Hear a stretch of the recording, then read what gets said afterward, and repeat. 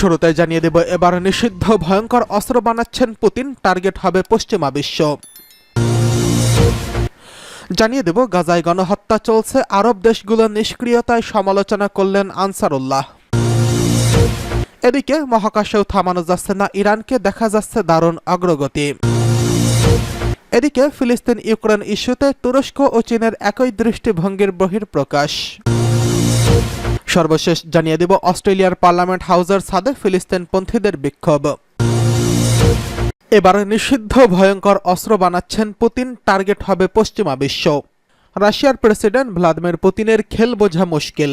যখনই মনে হয়েছে পশ্চিমারা পুতিনের টুটি চেপে ধরছেন, ঠিক তখনই অন্য কৌশলে পথ খুঁজে নিয়েছেন তিনি। এবার দাবার ছকের খেলায় নতুন করে চেকমেট দিলেন পুতিন। স্নায়ুযুদ্ধের সময় থেকে নিষিদ্ধ মিসাইল বানানোর নির্দেশ দিয়েছেন তিনি। যুক্তরাষ্ট্রের সঙ্গে এক চুক্তির কারণে এতদিন পর্যন্ত মাঝারি পাল্লার এই মিসাইল বানানো বন্ধ রেখেছিল ওয়াশিংটন ও মস্কো। তবে এবার উল্টো পথ বেছে নিয়েছেন পুতিন। 4 দশকেরও বেশি সময় ধরে চলা স্নায়ুযুদ্ধের সময় 1988 সালে সোভিয়েত ইউনিয়নের সাবেক নেতা মিখাইল গর্বাচেভ এবং মার্কিন প্রেসিডেন্ট ডোনাল্ড রিগান ঐতিহাসিক এক চুক্তি করেছিলেন।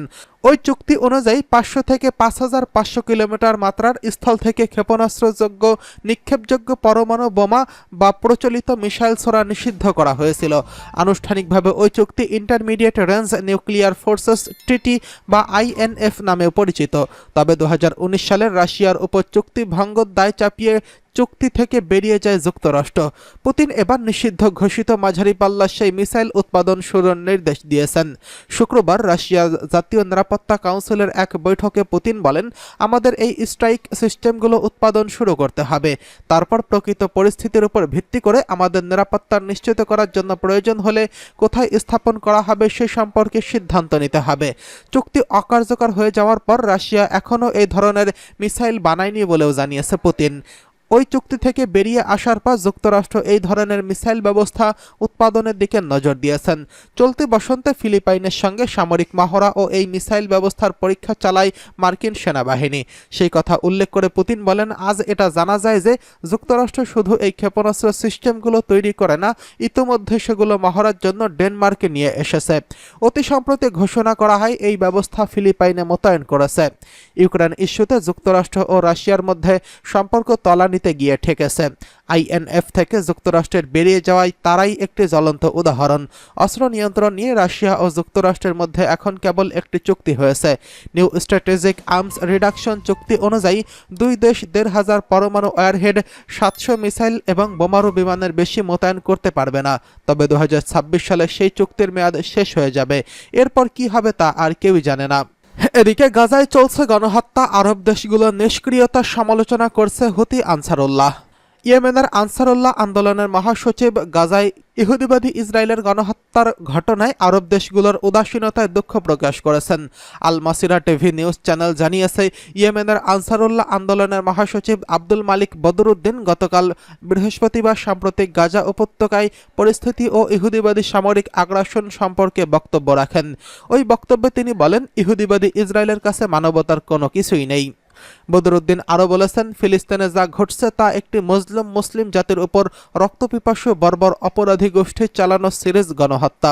তিনি বলেন, ইহুদিবাদী শত্রুরা মানবিকতার সকল রেড লাইন পদদলিত করেছে। ইহুদিবাদী ইসরায়েলের ওই অপরাধযোগ্য বন্ধ হওয়ার ব্যাপারে আরব দেশগুলোর নিষ্ক্রিয়তার সমালোচনা করেন তিনি। ফিলিপাইনের স্বাস্থ্য মন্ত্রণালয়ের পরিসংখ্যান অনুযায়ী 7 অক্টোবর 2023 সাল থেকে গাজা উপত্যকায় ইসরায়েলি বর্বর আগ্রাসনে 38,000-এরও বেশি ফিলিস্তিনি শহীদ হয়েছেন। ইসরায়েল গাজায় নিরপরাধ ও শক্তিশালী জনগণের বিরুদ্ধে যুদ্ধে হেরে গিয়েছে। প্রায় 9 মাস অতিবাহিত হওয়ার পরে এই যুদ্ধ তাদের অর্জনের কোনো সম্ভাবনা নেই। বছরের পর বছর ধরে অবরুদ্ধ ছোট একটি এলাকায় প্রতিরোধ গোষ্ঠীগুলোকে আত্মসমর্পণে বাধ্য করতে পারেনি।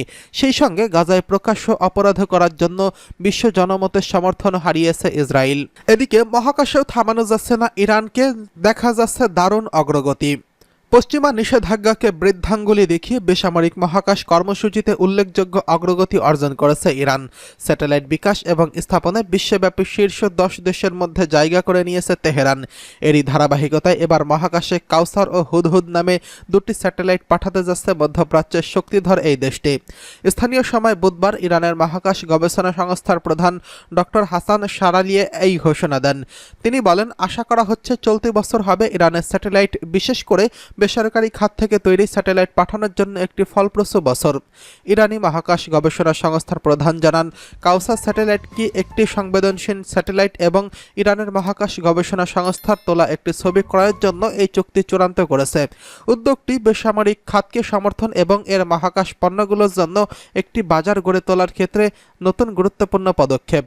অন্যদিকে হুদহুদ স্যাটেলাইট গবেষণা এবং এর যোগাযোগ দুই কাজেই ব্যবহার করা হবে এবং উভয় পক্ষের স্যাটেলাইট একযোগে উৎক্ষেপণ করা হবে। শিগগিরই স্যাটেলাইট দুটি উৎক্ষেপণের সুনির্দিষ্ট সময়সূচি ঘোষণা করা হবে বলেও জানিয়েছেন ডক্টর হাসান। তিনি বলেন, বর্তমানে বেসামরিক খাতে নির্মাণাধীন বেশ কয়েকটি স্যাটেলাইট চলতি বছরের মধ্যেই উৎক্ষেপণ করা হবে। এদিকে ফিলিস্তিন ইউক্রেন ইস্যুতে তুরস্ক চীনের একই দৃষ্টিভঙ্গির বহিঃপ্রকাশ। ইসরায়েল ফিলিস্তিন সংঘাত এবং ইউক্রেনের সংকটের বিষয়ে বেইজিং ও আঙ্কারা একই বা অনুরূপ দৃষ্টিভঙ্গি পোষণ করে বলে জানিয়েছেন চীনের প্রেসিডেন্ট শি জিনপিং।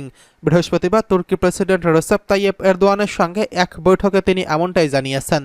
কাজাখস্তানে রাজধানী আস্তানায় সাংহাইয়ের কো-অপারেশন অর্গানাইজেশনের নেতৃবৃন্দের শীর্ষ সম্মেলনের ফাঁকে শি জিনপিং ও এরদোয়ানের এই বৈঠক করেন। এ সময় শি জিনপিং বলেন, এই বিষয়গুলোতে চীন ও তুরস্ক আরও ঘনিষ্ঠভাবে যোগাযোগ রক্ষা করা উচিত। দুই নেতার মধ্যে ফিলিস্তিন ও ইউক্রেন নিয়ে যখন এই আলোচনা হয়, তখন গাজায় প্রায় 9 মাস ধরে চলতে থাকা ইসরায়েলি আগ্রাসনে 38,000-এরও বেশি ফিলিস্তিনি নিহত হয়েছেন, যাদের বেশিরভাগই নারী ও শিশু। এছাড়া লাখ লাখ ফিলিস্তিনি বাস্তুচ্যুত হয়েছেন। অন্যদিকে ইউক্রেনের বিরুদ্ধে রাশিয়ার যুদ্ধ 2 বছরেরও বেশি সময় পেরিয়ে গেছে, যেখানে কয়েকশো লোক মারা গেছেন। এই দুই নেতা এর আগে 2022 সালের সেপ্টেম্বরে উজবেকিস্তানের ঐতিহাসিক শহর সমরকন্দে শেষবার মিলিত হন। বেইজিং থেকে এক বার্তায় বলা হয়েছে, শি জিনপিং জাতিসংঘ ও G20-র মতো বহুপাক্ষিক কাঠামোর মধ্যে তুরস্কের সঙ্গে সমন্বয় সহযোগিতা জোরদার করার জন্য চীনের প্রস্তুতি ব্যক্ত করেছেন। চীনা প্রেসিডেন্ট বলেছেন, তুরস্কের সঙ্গে সম্পর্ক একটি স্থিতিশীল উন্নয়ন গতি বজায় রেখেছে এবং উভয় দেশ প্রধান উন্নয়নশীল দেশ এবং গ্লোবাল সাউথের সদস্য। দুই দেশের সরকার তাদের নিজ নিজ দেশের উন্নয়ন ও পুনরুজ্জীবন আন্তর্জাতিক সম্পর্কের নিয়ম বজায় রাখার জন্য ঐক্যমত্য রয়েছেন বলে উল্লেখ করেন তিনি। শি জিনপিং বলেন, দুই পক্ষের উচিত মূল স্বার্থ রক্ষায় একে অপরকে সমর্থন করা, ক্রমাগত রাজনৈতিক পারস্পরিক বিশ্বাসকে সুসংহত করা, উচ্চ স্তরের পারস্পরিক উপকারী সহযোগিতার প্রচার করা এবং চীন তুর্কি কৌশলগত সহযোগিতামূলক সম্পর্কের বৃহত্তর উন্নয়নের প্রচার করা।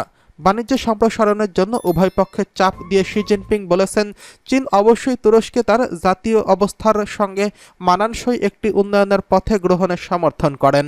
এবার অস্ট্রেলিয়ার পার্লামেন্ট হাউসের ছাদে ফিলিস্তিনপন্থীদের বিক্ষোভ। ফিলিস্তিনপন্থী বিক্ষোভকারীরা অস্ট্রেলিয়ার ক্যানবেরায় পার্লামেন্ট হাউসের ছাদে উঠে বিক্ষোভ দেখিয়েছেন। বেশ কয়েকটি ব্যানার নিয়ে তারা ছাদে ওঠেন। তাদের একজনের মুখে শোনা যায়, নদী থেকে সমুদ্র, ফিলিস্তিন হবে মুক্ত। সম্প্রতি ফিলিস্তিনি প্রশ্নে অস্ট্রেলিয়ার এক সিনেটরকে বহিষ্কার করেন অস্ট্রেলিয়ার প্রধানমন্ত্রী। তিনি ফিলিস্তিন রাষ্ট্রের পক্ষে ভোট দিয়েছিলেন। ওই ঘটনার জেরে বৃহস্পতিবার বিক্ষোভ হলো।